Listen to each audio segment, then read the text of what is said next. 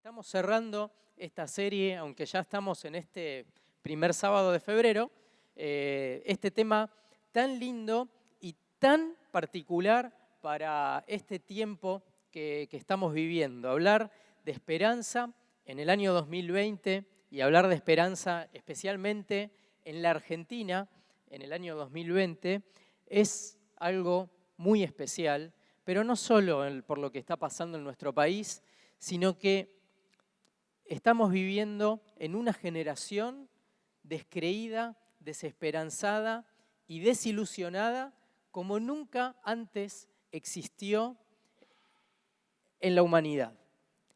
No es un tiempo cualquiera, ni es el mejor tiempo para hablar de este tema, porque lo que vamos a encontrar del lado del que está escuchando y que nunca se acercó quizás al Señor Jesús, al hablar de este tema de la esperanza, es decir, ¿tendrá realmente algo para decir? ¿Habrá alguna esperanza realmente que funcione, que sea verdadera y que no sea algo que me provoque desilusión, como tantas otras cosas me han desilusionado? Hoy estamos viviendo un tiempo así.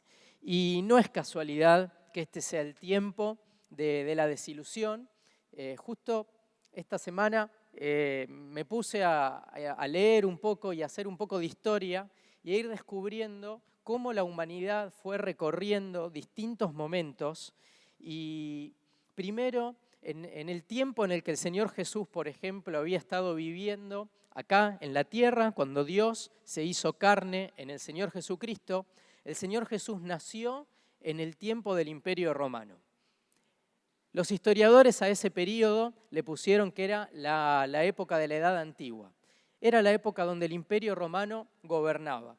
Y conocemos, por lo que nos cuenta la Biblia, y no te voy a hablar de la escuela porque me voy a meter en un lío, estamos en febrero, verano, vacaciones, pero también la historia cuenta que fue un tiempo de opresión. El Imperio Romano no era un imperio bueno, sino que era un imperio que oprimía, que le sacaba la plata a la gente, que coartaba la libertad, y los judíos estaban viviendo en ese tiempo, y el Señor Jesús llega como una esperanza en ese tiempo de libertad, pero no de libertad espiritual, sino que lo que estaban esperando ellos ahí era alguien que los liberara políticamente de la esclavitud del Imperio Romano. Eso es lo que estaban esperando, eso es lo que se vivía. Bueno, el Señor Jesús sabemos que no vino a eso, sino que vino a hacer algo mucho más grande que a liberar a los judíos del Imperio Romano, pero también la historia siguió y un día el Imperio Romano cayó y ahí comenzó el tiempo de la Edad Media, el tiempo del feudalismo. ¿Y qué pasó durante el tiempo del feudalismo? Bueno, estaban los grandes señores feudales que cuidaban de sus siervos y que eran los que trabajaban para ellos, y ese fue un tiempo muy próspero y una gran oportunidad para la iglesia.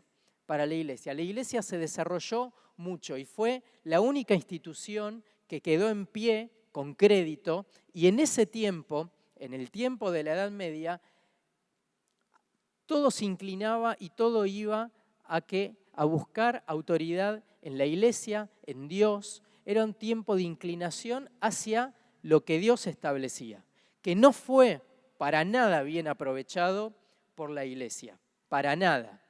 No fue una época buena y una oportunidad para la iglesia. Es todo lo que pasó en ese momento, es lo que pasó antes de la reforma de Lutero. Por ejemplo, los únicos que tenían acceso en ese tiempo a leer la Biblia eran los curas, porque la Biblia estaba en latín y la gente no sabía hablar latín, así que la iglesia no aprovechó la gran oportunidad que tuvo para difundir la palabra de Dios y para que el reino llegara a las personas, y conocemos muy bien que esa fue una época de mucha desigualdad, una época donde estaban los grandes señores feudales, ricos, poderosos, y todo el resto de la humanidad con lo mínimo indispensable. Una sociedad muy desigual, muy desigual.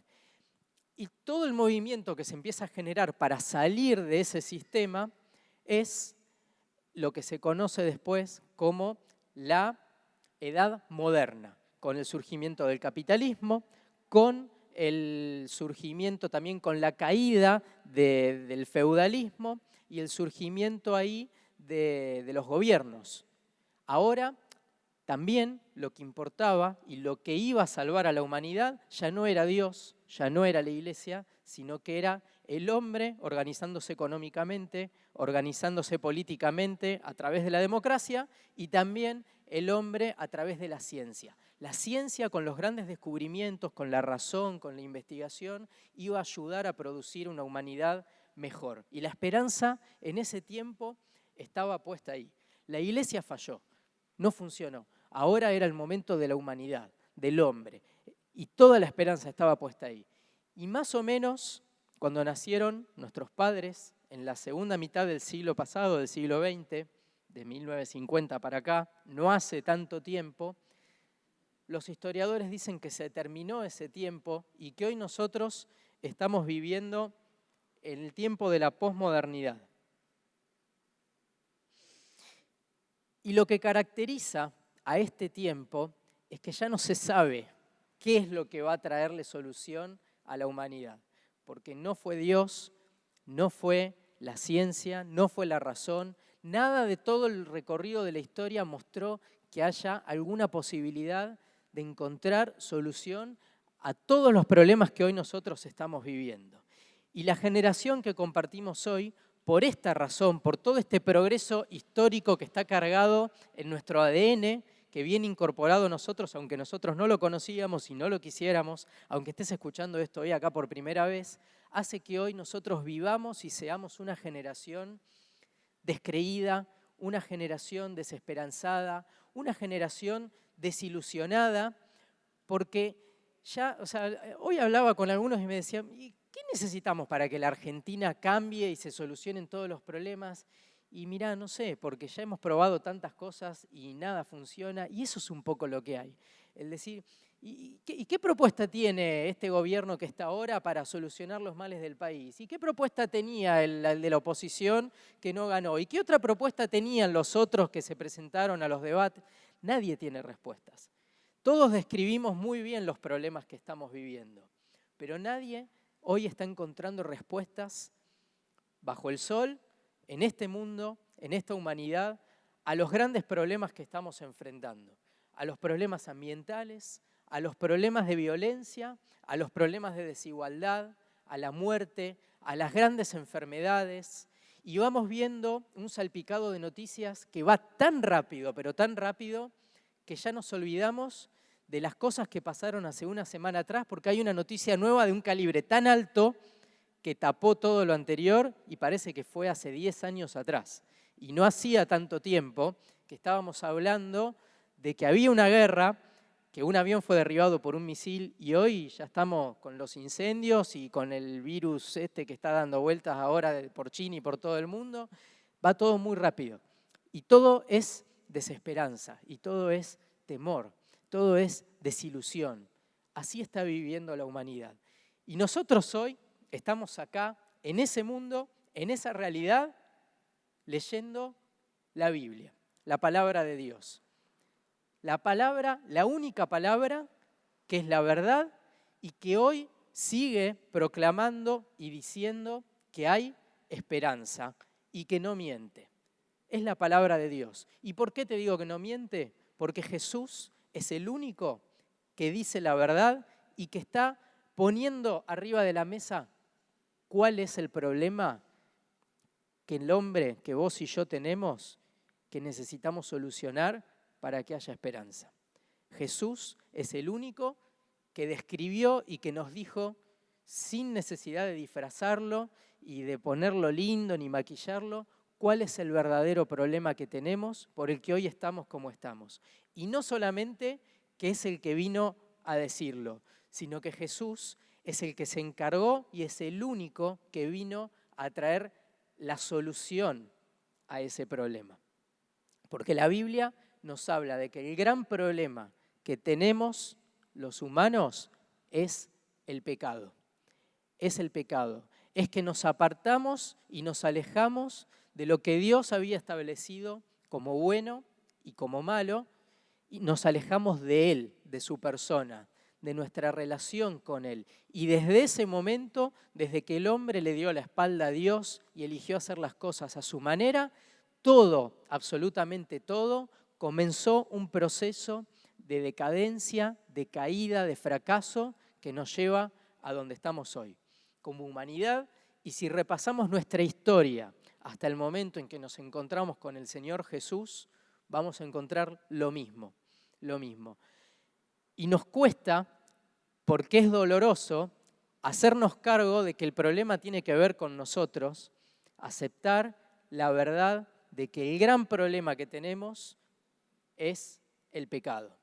Y te decía que Jesús es el único que vino no solamente a hablarnos de esto y a decirnos la verdad y a no tratarnos de pobrecitos que estamos en un mundo que no se sabe por qué estamos así, sino que Él vino a traer la solución. Porque la paga del pecado, dice la Biblia, que es la muerte, y Jesús vino a dar su vida muriendo por cada uno de nosotros para que nosotros hoy podamos encontrar perdón y salvación en Él, porque Él vino a hacerse cargo del precio que nosotros teníamos que pagar.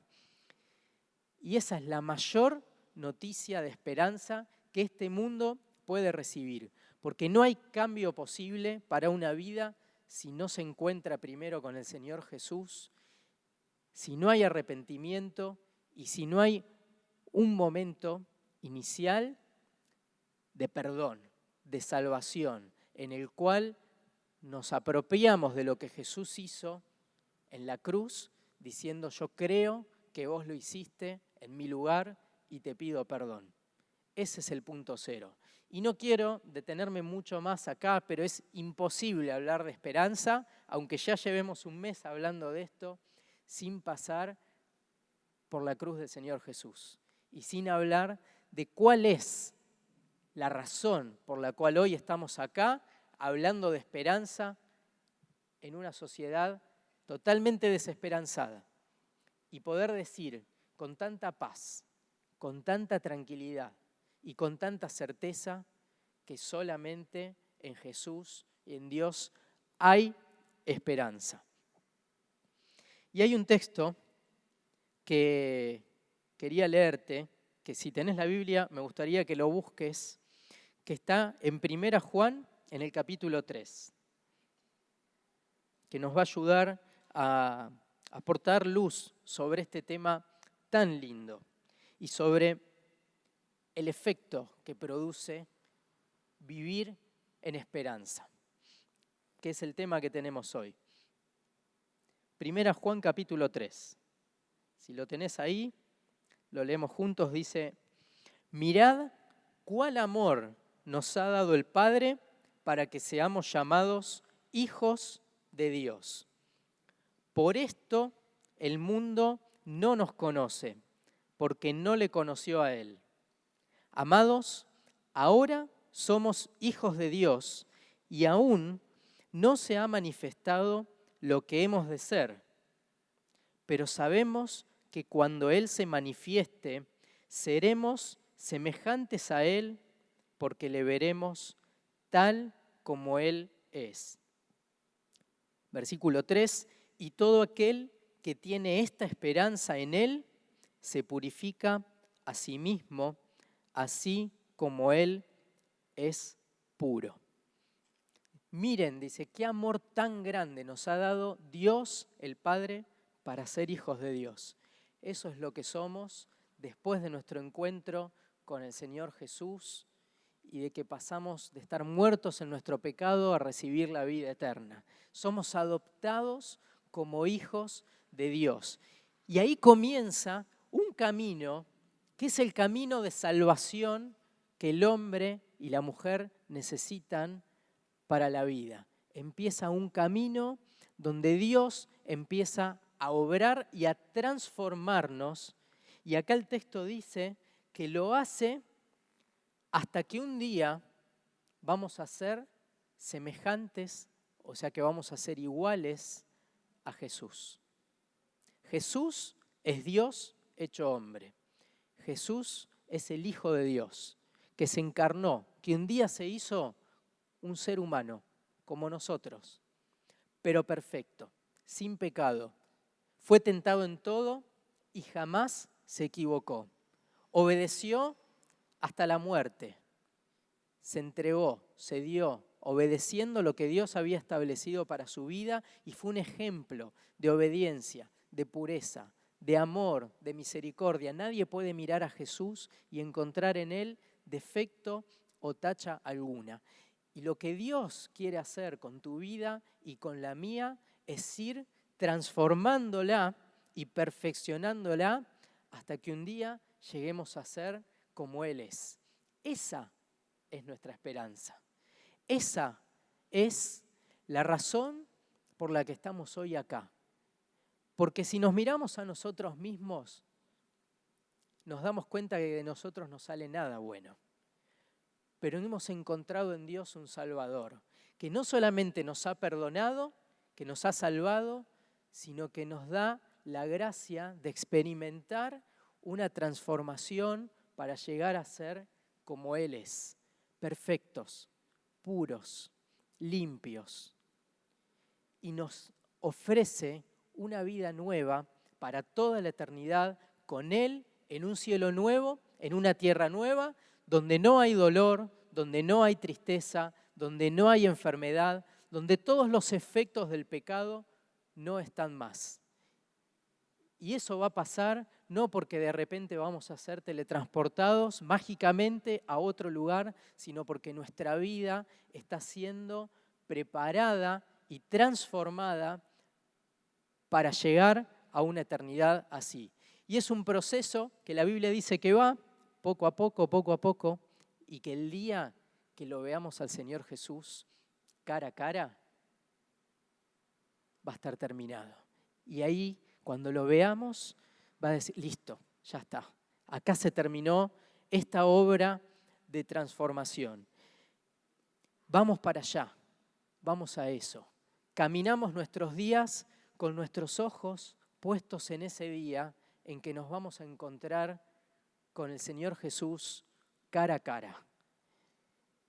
¿Vos vivís tus días siendo consciente de que tu vida va para allá?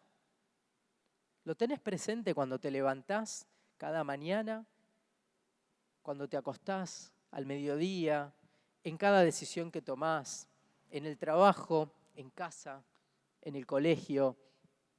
¿Sos consciente de que tu vida va hacia ese final? Porque el mundo no camina mirando hacia adelante. Esta sociedad que no tiene esperanza, como no tiene esa meta y esa certeza de que va para allá, toma decisiones valorando como importante el momento, el hoy.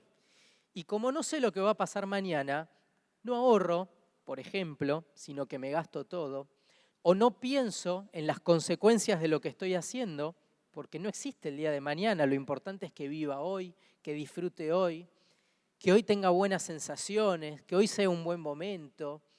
Y la cabeza del mundo funciona así. Pero nuestra cabeza no tiene que funcionar de esa manera. Y acá por ahí nos parecemos al grupo que estaba leyendo lo de Daniel, que fue metido en una cultura distinta y que quería ser formateado a esa cultura. Bueno, hoy la sociedad es como que nos intenta formatear a vivir sin esperanza, sin pensar en el día de mañana, a disfrutar de las cosas del momento y a quedarnos cómodos y conformes en el hoy.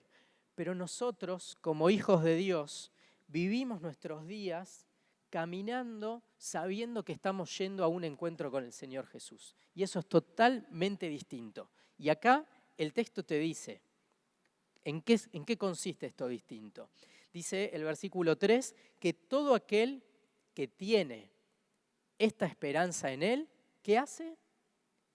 Se purifica a sí mismo, así como Él es puro. Se purifica a sí mismo. No solemos pensar mucho en esto mientras vivimos nuestros días, pero eso es lo que va pasando en la vida del creyente. Vivimos constantemente purificándonos. Y acá no habla de que pasivamente Dios nos va purificando, sino que dice que todo el que tiene esta esperanza tiene un rol activo en la purificación. ¿Qué es purificarnos? ¿Qué es vivir nuestra vida llena de esperanza, purificándonos. La pureza tiene que ver con la santidad. Y la santidad tiene que ver con una vida que en vez de estar buscando el pecado, busca apartarse del pecado para agradar a Dios, y también tiene que ver con una vida que se aparta y se consagra para Dios.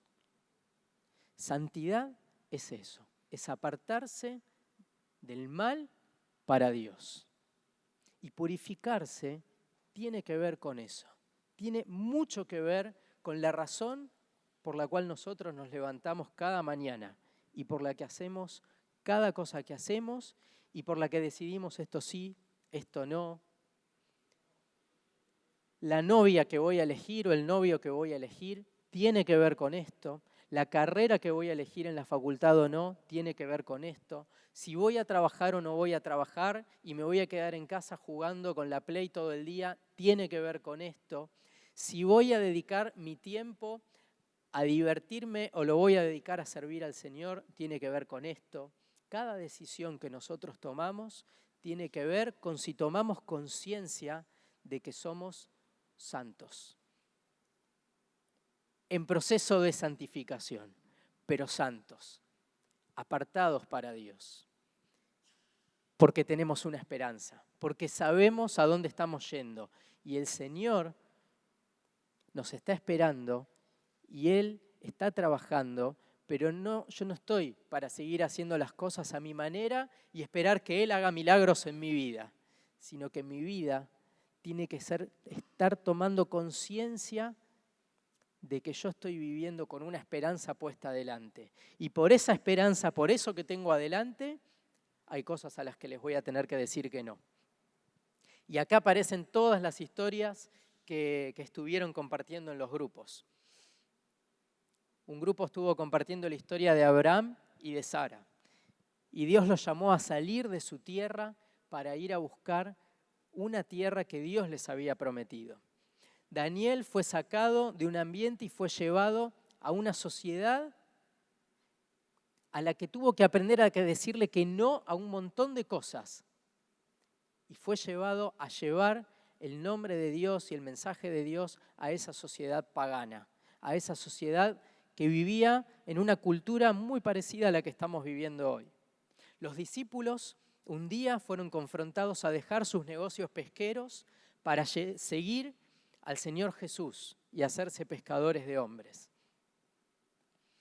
Y así nos vamos encontrando, cuando vamos conociendo a Dios, con que hay muchas cosas de nuestra vida que tenemos que dejar atrás para llegar a la meta que estábamos esperando.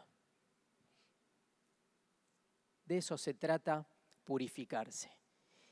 Y me gusta preguntarte en esta noche si vos sos consciente de esto o vivís tus días ahí, vamos a ver qué da mañana y qué pasa, y sin muchos planes, espontáneos, o sos consciente de que sos una obra en construcción que Dios está haciendo y que tus decisiones tienen mucho impacto, mucho impacto. Son trascendentes, importan. ¿Cómo estás viviendo? ¿Vivís a la luz de la esperanza que tenés? ¿Valorás la belleza de lo que Dios quiere hacer y a donde Dios te quiere llevar, como para levantarte cada mañana con un propósito y con una razón por la cual vivir y por la cual elegir y buscar de rodillas en la oración y en la palabra de Dios consejo para cada decisión que vas a tomar? De eso se trata esto de purificarse. Hay un texto muy lindo en Hebreos que habla de Abraham, de Sara y de tantos otros que han vivido vidas así.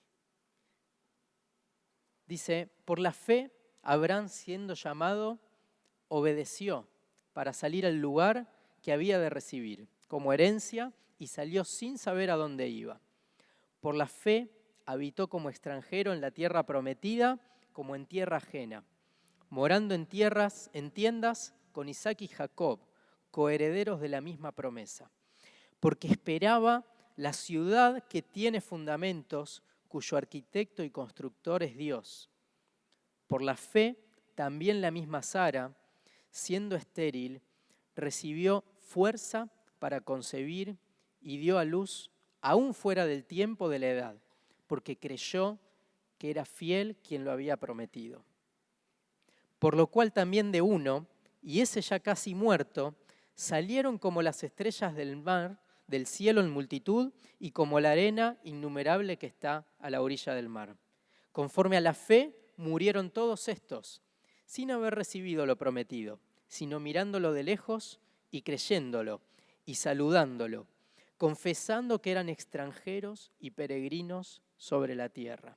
Porque lo que esto dicen claramente da a entender que buscan una patria, pues si hubiesen estado pensando en aquella de donde salieron, ciertamente tenían tiempo de volver, pero anhelaban una mejor, esto es celestial, por lo cual Dios no se avergüenza de llamarse Dios de ellos, porque les ha preparado una ciudad. Hebreos 11, 8 al 16. Todos anduvieron como extranjeros, como peregrinos, como que estaban de paso, que no eran de este mundo, no estaban acá en la tierra, aferrados a lo de acá.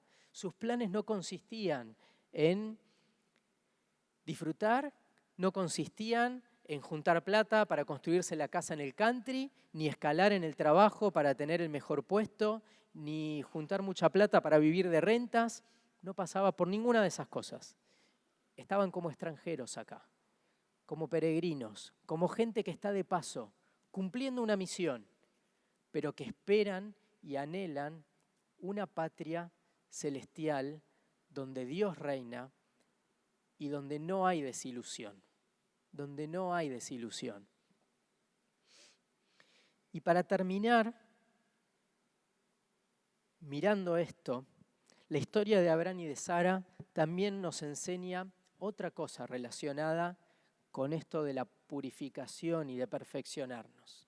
Vos sabés que ellos no podían tener hijos y Dios le había prometido a Abraham que de él iba a salir una nación tan numerosa como las estrellas del cielo o como los granitos de arena de la playa.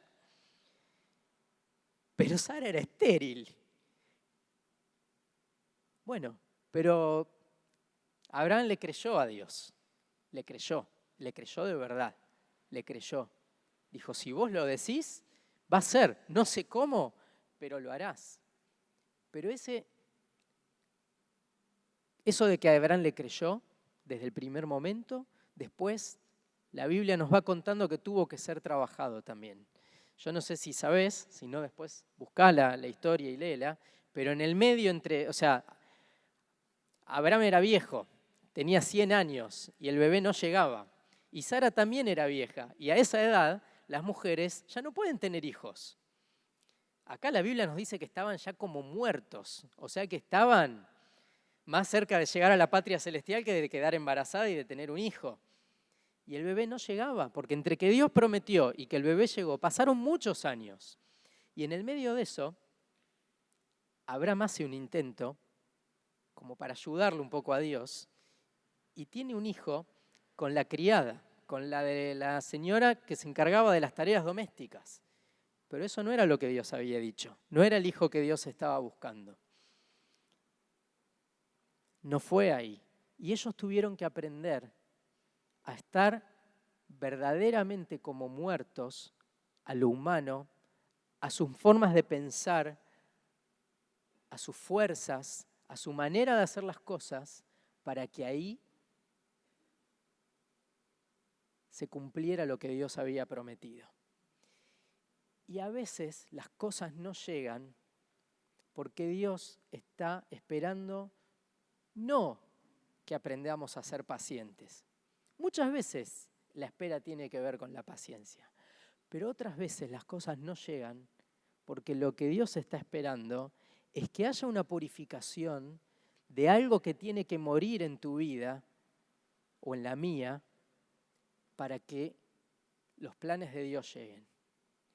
Y cuando te hablo de algo que tiene que morir, te estoy hablando de que por ahí tiene que morir una manera de pensar que vos tenés, o una excusa que vos estás poniendo, o algo que vos estás levantando como bueno que no es bueno, o un prejuicio.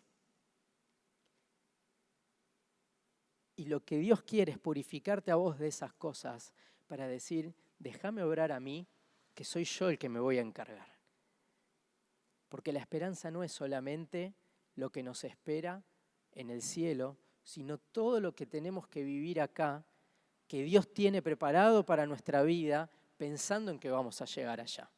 Y cuando te estoy hablando de esto, quiero hablarte de esto pensando en tus estudios, en el trabajo que nos llega, en la novia que todavía no llegó o el novio que todavía no llegó y que venís esperando, y preguntarte, ¿se trata de paciencia o se trata de que vos tenés que encontrar y decir, a ver, ¿qué es lo que yo tengo que poner a los pies de Jesús y decir, a esto me muero?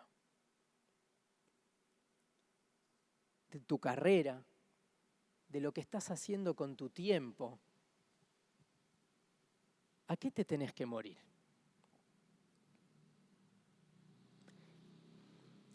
¿Qué estructuras mentales tenés que dejar de lado? ¿Qué prejuicios tenés hoy que tenés que entregar? Estar muerto es nada. No hay un argumento, no hay una excusa, no hay una razón. Nada. No hay un esfuerzo humano. Nada. Y en ese momento Dios tiene terreno libre para poder obrar. Y créeme, porque el Espíritu Santo se encarga de aplicar su palabra a nuestros corazones, que Él te va a hablar y te va a mostrar y te está marcando. Y eso que vos venís pensando ahora y que decís, eso es eso. Eso que estás ahí, que te cuesta, que no lo querés reconocer, que te da vergüenza, es eso. Eso que se te vino a la mente. Y si todavía no se te vino nada, orá, buscá. Hablá con un hermano mayor en la fe. Salí a pedir consejo. Orá. Hay cosas que se resuelven con tiempo de oración y de búsqueda en la palabra de Dios. Purifícate, porque tenemos una vida llena de esperanza. Y no te prives de vivirla y de encontrarte disfrutando de los planes que Dios tiene para vos.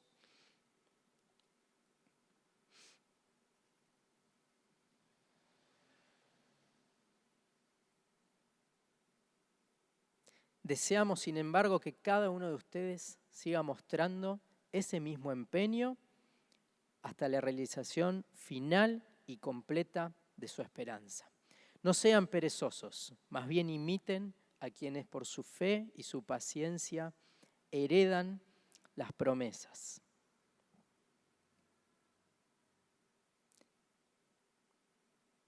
Y termino leyendo texto precioso que dice que Dios, queriendo demostrar claramente a los herederos de la promesa que su propósito es inmutable, la confirmó con un juramento. Lo hizo así para que mediante la promesa y el juramento, que son dos realidades inmutables en las cuales es imposible que Dios mienta, tengamos un estímulo poderoso los que buscando refugio nos aferramos a la esperanza que está delante de nosotros. Tenemos como firme y segura ancla del alma una esperanza que penetra hasta detrás de la cortina del santuario, hasta donde Jesús, el precursor, entró por nosotros, llegando a ser sumo sacerdote para siempre. El Señor Jesús, su muerte, su resurrección, es la base, es el fundamento, es el lugar donde descansa nuestra esperanza de que todo lo que Dios dice va a ser, porque Él ya venció. Y eso que penetra hasta el velo que dice ahí, es Jesús muriendo y resucitando, abriéndonos el camino a nuestra comunión con Dios, a que hoy estemos acá hablando de esto, no con alguien lejano que está allá, sino como hijos de Dios, como hijos. Somos hijos. Está papá acá mirando tu vida y mirando mi vida. No te desalientes, cree y entregate. Y entrega lo que tengas ahí para entregar. Podemos terminar así, orando y dándole una respuesta al Señor de lo que es para vos hoy purificarte.